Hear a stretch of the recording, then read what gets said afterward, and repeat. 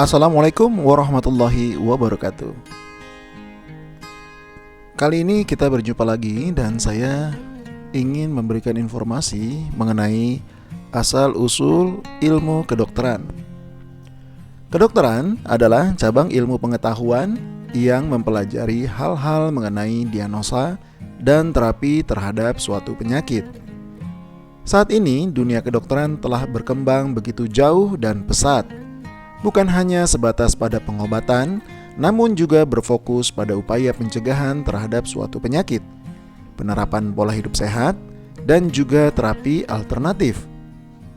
Dahulu kala, ketika seseorang menderita suatu penyakit, maka orang-orang akan mengatakan bahwa itu disebabkan oleh karena seseorang telah mengutuk dia, atau melakukan black magic kepadanya, atau disebabkan karena orang tersebut telah melecehkan Tuhan.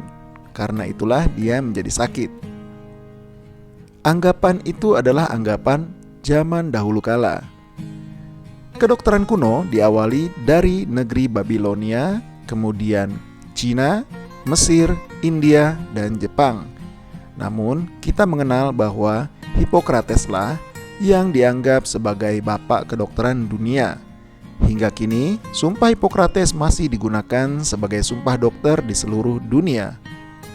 Di Indonesia sendiri, sumpah dokter sudah mengalami berbagai penyesuaian, namun tidaklah melenceng jauh dari inti sumpah Hippocrates tadi.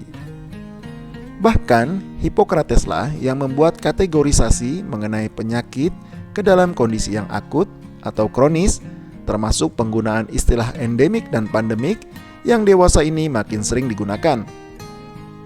Seiring dengan berjalannya waktu, kemampuan manusia pun semakin berkembang. Begitupun dengan ilmu kedokteran.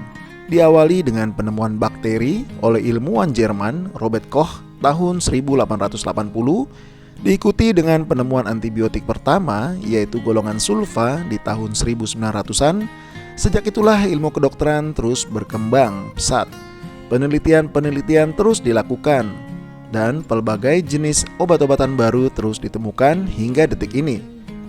Kedokteran di dunia saat ini hampir seluruhnya mengacu kepada kedokteran barat, di mana pada prakteknya semua tindakan didasarkan kepada bukti objektif dan hasil penelitian yang berkesinambungan. Namun akhir-akhir ini sudah mulai bisa kita temukan akulturasi atau penggabungan antara ilmu kedokteran barat dan ilmu kedokteran timur. Sebagai contoh, sudah mulai banyak ditemukan obat-obatan yang berbahan dasar herbal yang sudah terstandarisasi, yaitu sudah menjalani serangkaian tes dan uji klinis sesuai metode penelitian yang baku dari sisi kedokteran barat. Begitupun dengan penerapan teknik yoga dan akupuntur dengan tujuan untuk membantu menjaga kesehatan tubuh dan pengobatan. Bahkan khususnya di Indonesia, sudah ada bahan herbal tradisional atau yang sering kita sebut dengan jamu, yang juga bisa digunakan sebagai bahan terapi kesembuhan. Yang paling penting digarisbawahi di sini adalah bagaimana kita bisa bersikap secara rasional dan open-minded dalam upaya penyembuhan diri dari suatu masalah kesehatan, tidak mengesampingkan akal sehat dan justru malah mempercayai praktik perdukunan. Oke, sampai di sini dulu perjumpaan kita kali ini. Terima kasih atas waktu dan segala perhatiannya.